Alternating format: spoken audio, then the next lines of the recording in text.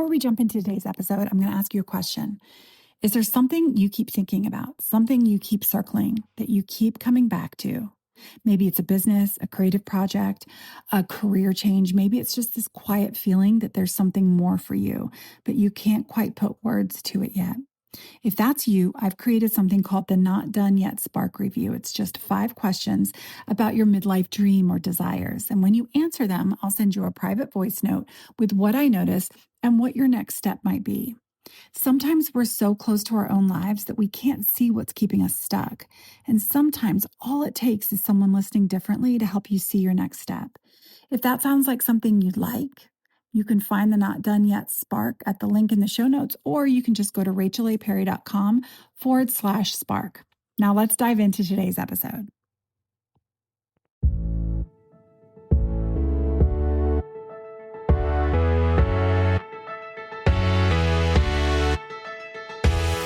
Welcome to Not Done Yet, the podcast for midlife women who know deep down their story isn't finished.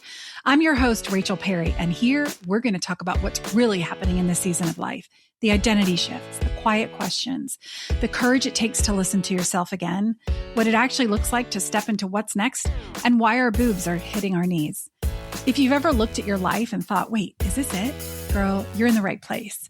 Because midlife isn't the end of your story. It's the moment you start paying attention to it.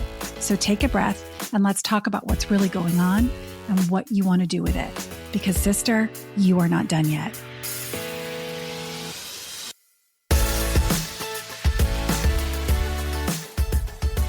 Hey guys, welcome back to another episode of Not Done Yet. I am so happy that you are here. You guys, this week I was scrolling through TikTok and I'm not going to lie, I think I might have a problem. The amount of time I spend on TikTok is embarrassing and unacceptable. I don't want to see how long I spend on there because I swear I open it up and then an hour and a half later, I'm still scrolling. How does that happen? You guys, how? Tell me how. I don't know. It's upsetting, embarrassing, but I've admitted it here. So I feel like I got that off my chest because this is a safe space. But while I was scrolling on TikTok, I saw this video of Michelle and Barack Obama. They were being interviewed.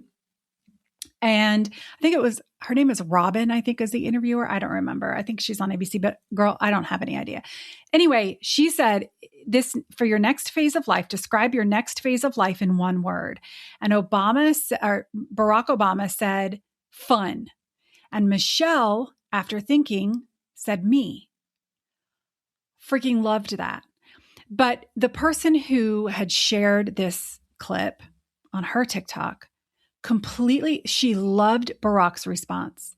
But when Michelle said me, she almost rolled her eyes. In fact, she did roll her eyes. And it was and this was a midlife woman. And it was such a gross response to me. I wasn't surprised by their answers. I love their answers. I love that Barack wants fun. And I love even more that this is Michelle's era of me. Right? Like that's what we all should be saying. She's one of the most accomplished, and I'm not going to get political, but generous, publicly dedicated women of our lifetime. And she said that this next phase is about her. After decades of being a lawyer, a mother, a first lady, a public servant, a role model, a wife, she's now said it's my turn. And this person who was sharing it acted as if that was the most ridiculous, terrible, awful thing she could do. And that's what we're unpacking today, because I think this is a deeply ingrained belief that a woman in midlife saying, hey, I'm going to focus on me is somehow wrong, selfish, too much, insert whatever word, right? We talk so much, especially on this podcast, about self-dismissal, about the way that women talk about themselves or about how they talk themselves out of their own wants, their own dreams, their own chapters, their own next chapters, I should say, about that this might sound silly and I could never, and keeping the dream just far enough away that it can't, it doesn't require anything from us. But when I saw that TikTok, it made me realize it's not just ourselves that we're dismissing. A lot of us dismiss each other.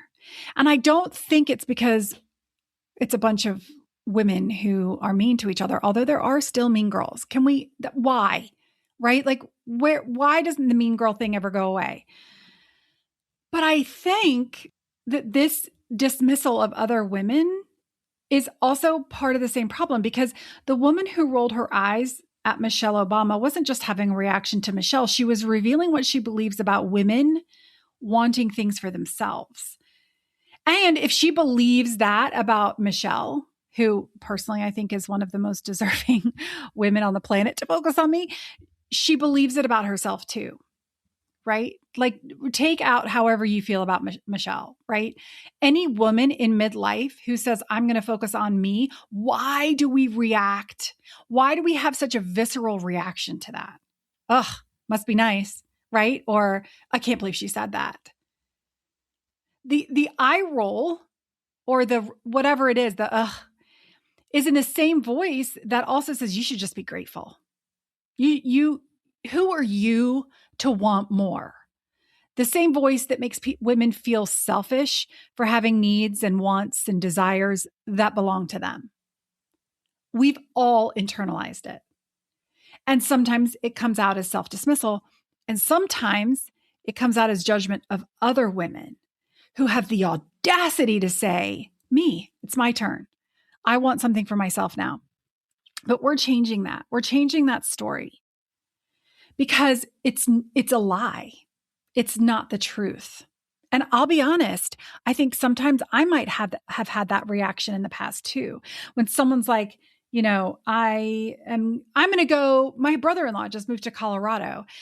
And part of me, and not for a job, just because he's always wanted to move to Colorado. And we're here now with his elderly parents because Mark is one of two, and the younger brother just moved because he wanted to.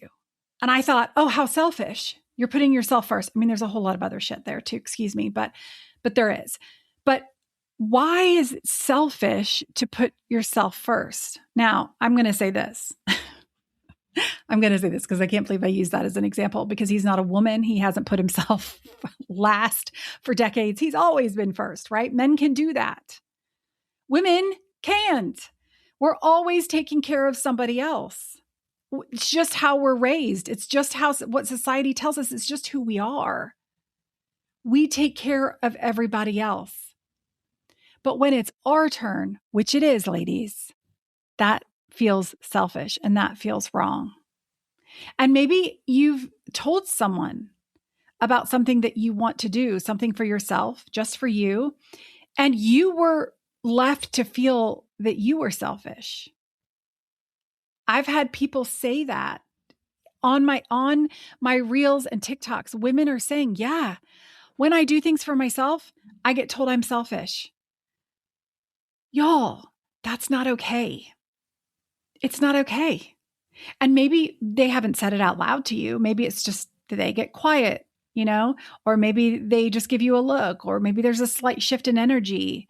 And oh, really? That must be nice. That landed somewhere uncomfortable. And you're like, oh, that rubs me the wrong way.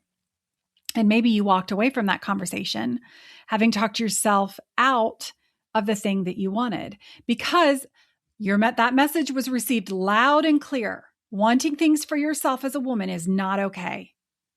Or maybe you're the one that's done it to someone else, not maliciously, just reflexively. And I think that's what it is, right? We reflexively are like, whoa, that must be nice, because it's what was modeled.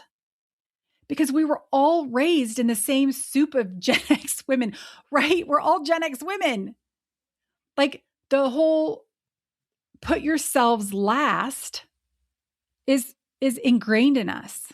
And I am not pointing fingers, because I'm sharing that I've had the same reaction sometimes. I have done it. I've caught myself having a reaction to a woman who was unapologetically choosing herself, and had to stop and ask, okay, Rachel, why are we reacting like that? What is that actually about? It doesn't happen anymore, because I'm like, hell yes.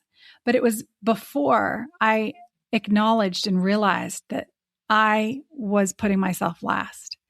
I think it came from a space of envy, right? Like, I want that. And what it's always about is this: her choosing herself holds up a mirror to my own not choosing myself. And y'all, that mirror is uncomfortable. We just like to hide that mirror, right? So where does this even come from? This idea that midlife women wanting things for themselves is selfish. Like I just said, I mean, it runs deep. It's generational. It's cultural. Many of us were raised watching the women around us put themselves last. Oh my gosh, my mom still puts herself last. Not because those women were weak or wrong or didn't know better, but because that was what was expected. That was what was modeled. That was what was rewarded. The good woman was the selfless woman, right? The one who gives everything, the one who made sure everyone else was okay before she even thought about herself. I remember watching my mom always say, like, if, for example, she still does, if there's bread in a basket and there's not enough for everyone, she'll be the first one to be like, you guys take it, right? And we look at that and we go, oh, she is so generous. And she is. But at the same time, I think it's also important for our kids to see us choose ourselves, right?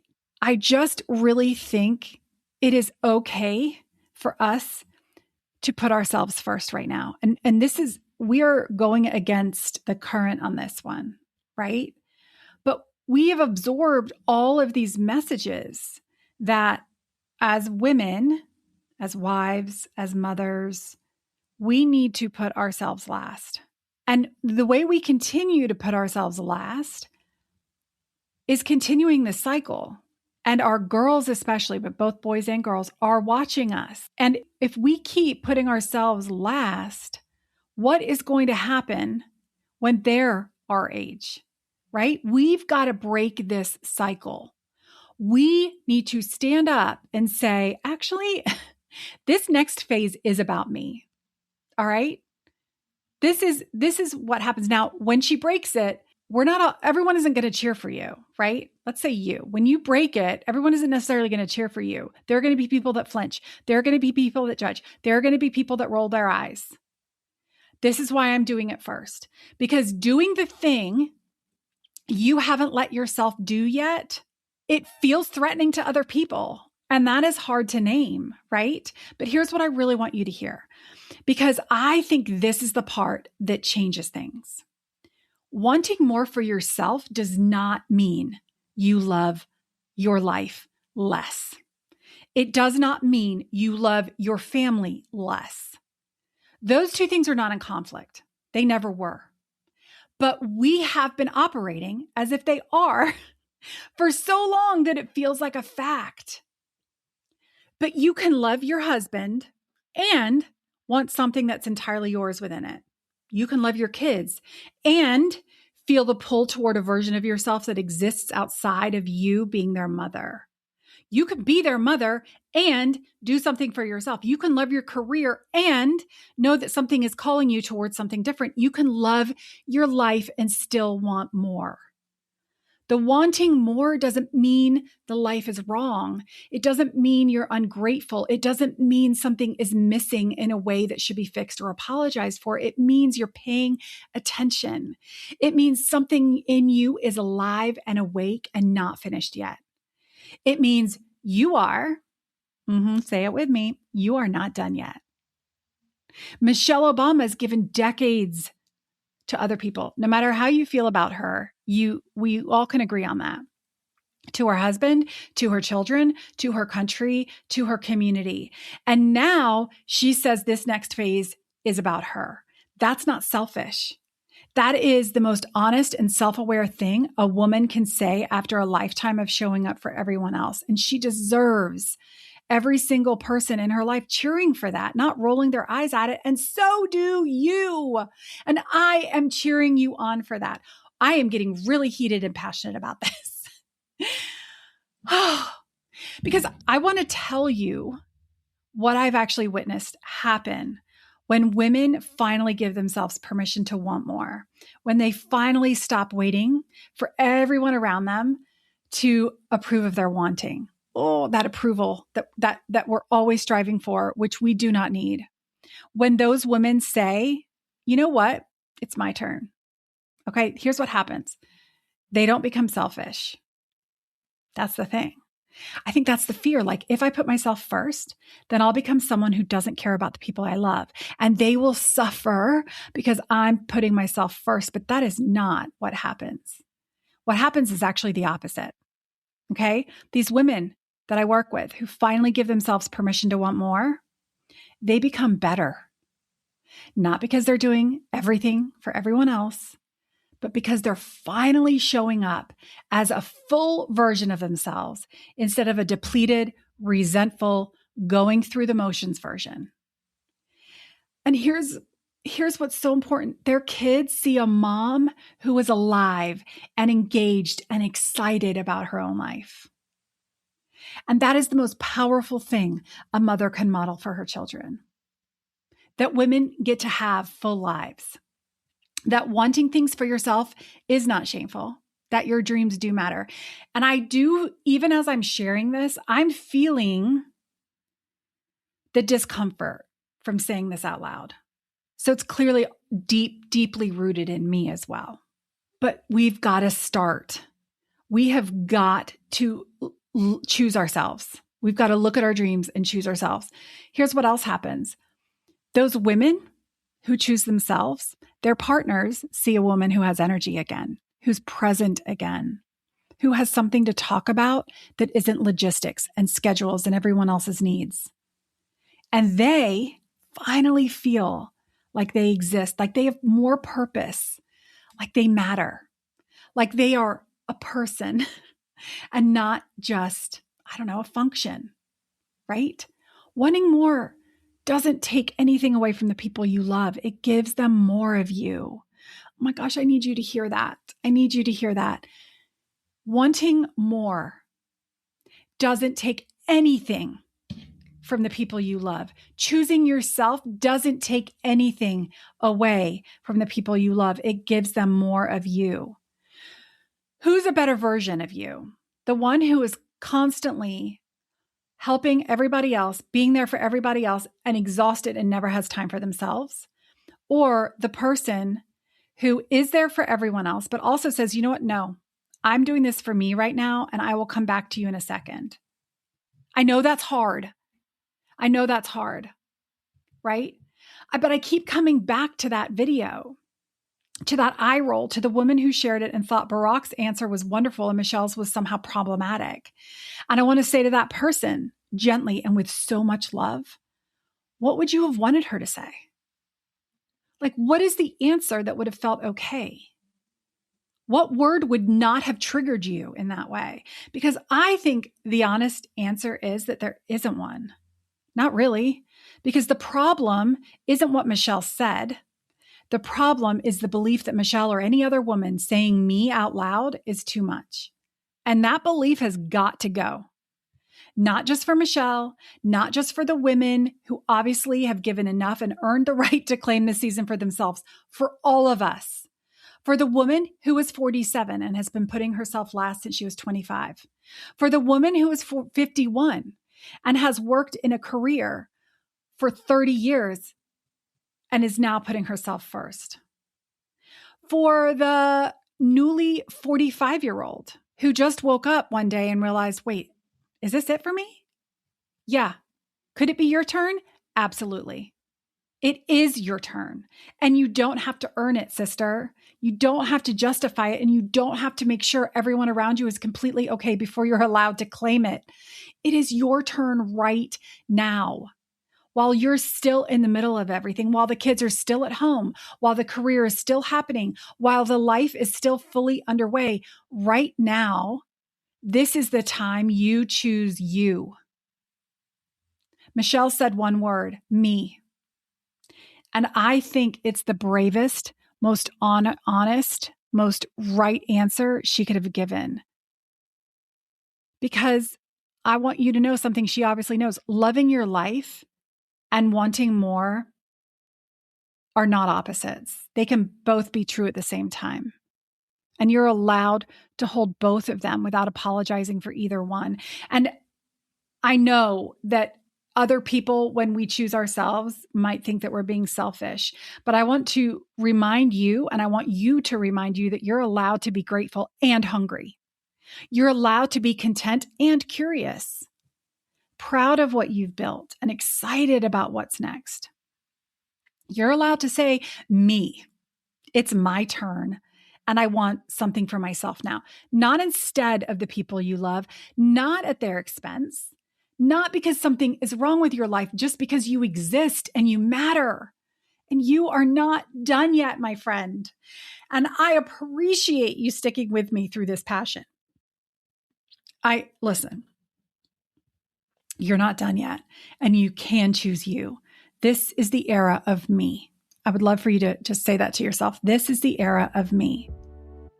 Girl. Listen, if today's episode gave you permission for something you've been waiting to feel permitted for, or it just resonated with you, get on my email list. That's where I keep this conversation going. Okay. That's where we connect. That's where I give more information. So you can go to rachelaperry.com/not done yet. You get a little freebie in there. The link is in the show notes. And listen, if you're ready to stop waiting for everyone around you to give you the green light, that's exactly what we do in a Not Done Yet session. An hour and a half with me. We figure out what you actually want, what's been stopping you, and what the next step is. That link is also in the show notes. Sister, it is your turn. I'll see you next week.